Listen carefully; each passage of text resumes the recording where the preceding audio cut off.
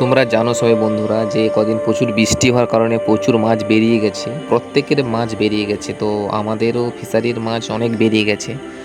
তারপরে আসলাম আমি ওর বাপি করে যে দেখতে কতটা মাছ কি আছে না আছে। তো ফিশারিতে জাল দিয়ে দেখবো যে এখন মাছের কতটা পরিমাণ মাছ আছে আর কতটা বেরিয়ে গেছে।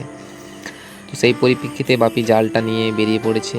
এই দেখতে পাচ্ছ আমাদের ফিশারির ভিউটা, দেখতে পাচ্ছ খুব সুন্দর লাগছে ভিউটা।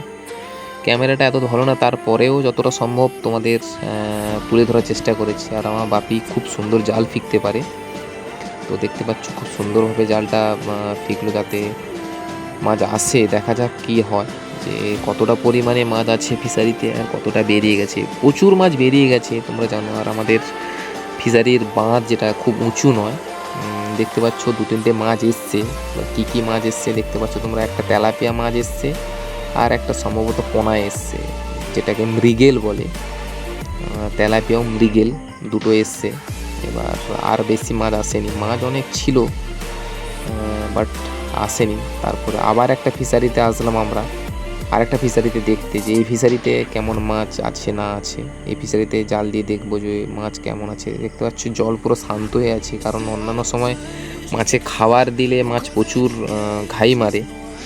এখন মাছের এতটাও ঘাই নেই বা সাড়া করছে না মাছ, কারণ অনেক মাছ বেরিয়ে পড়েছে। বাপি অ্যাটলিস্ট জালটা টেনে তুললো। দেখতে পাচ্ছ জালে কি মাছ আছে কে জানে। সব মাছ বেরিয়ে গেছে, বহুত বহুত বহুত ক্ষতি হয়ে গেছে। প্রায় সবার হয়েছে, আমার বলতে আমার নয়, অনেকেরই ক্ষতি হয়েছে। হয়তো আমাদের বেশি সংখ্যক বেরিয়েছে, কারো কম সংখ্যক, বাট ক্ষতি সবার হয়েছে। দেখতে পাচ্ছ এটাই একদমই মাছ নেই, একটা ছোট পোনা মাছ এসছে, চুটকি পোনা মাছ যেটাকে বলি চুটকি। আর এটা আমাদের পুকুর, এটাতেও মাছ ছাড়া ছিল প্রায় অনেক মাছ। এটাতেও ছিল অনেক মাছ, তার মধ্যে কোথায় কি মাছ গেছে না গেছে কে জানে। দেখা যায় এতে কি মাছ আসে। আশা করছি যাতে মাছ টাছ থাকে আমাদের ফিশারিতে। এতে দেখা যাচ্ছে কিছু মাছ এসছে, মোটামুটি কয়েকটা তেলাপিয়া মাছ, পোনা মাছ, রূপচাঁদ মাছের বাচ্চা আর কি। দেখতে পাচ্ছ ছোটো ছোটো পোনা মাছ, ছোটো ছোটো রূপচাঁদ মাছ, অনেকগুলি মাছ এসছে। এটায় বেশি নয়, বাট তাও 10-15টা মাছ এসছে, কারণ একটা একটা পাটা আমাদের 20-25-30টা করে মাছ পড়ে। এটা দেখতে পাচ্ছ ছোটো ছোটো রূপচাঁদ মাছ। এরকম কেউ যদি নিতে চাও তো কমেন্ট করতে পারো, বিক্রি হয়, দেওয়া যাবে মাছ, কোনো সমস্যা নেই। তারপরে আমার ইউটিউব চ্যানেলটা যদি কেউ সাবস্ক্রাইব না করে থাকো, সাবস্ক্রাইব করে দেবে এবং শেয়ার করে দেবে।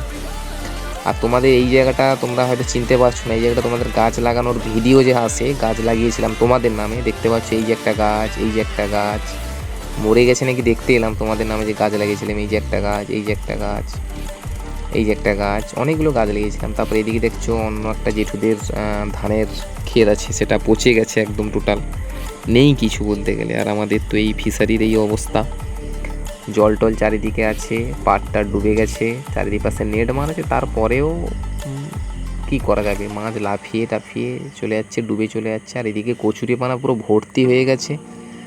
তারপরে এপাশে দেখতে পাচ্ছ পুরো পাশে একজনের জমিন আছে, একজন জেঠুদের জমিন পুরো একদম, একটাও ধান গাছ নেই। প্রায় বহুত লোকে যাদের নিচু একটু গভীর জমি, তাদের খুব পরিমাণে ক্ষতি হয়েছে, কারণ একদম ধান হয়তো হবে না, বা হলেও খুব কম হবে। তারপরে আমাদের এই কচুরিপানা ভর্তি হয়েছে, কচুরিপানা মারতে হবে।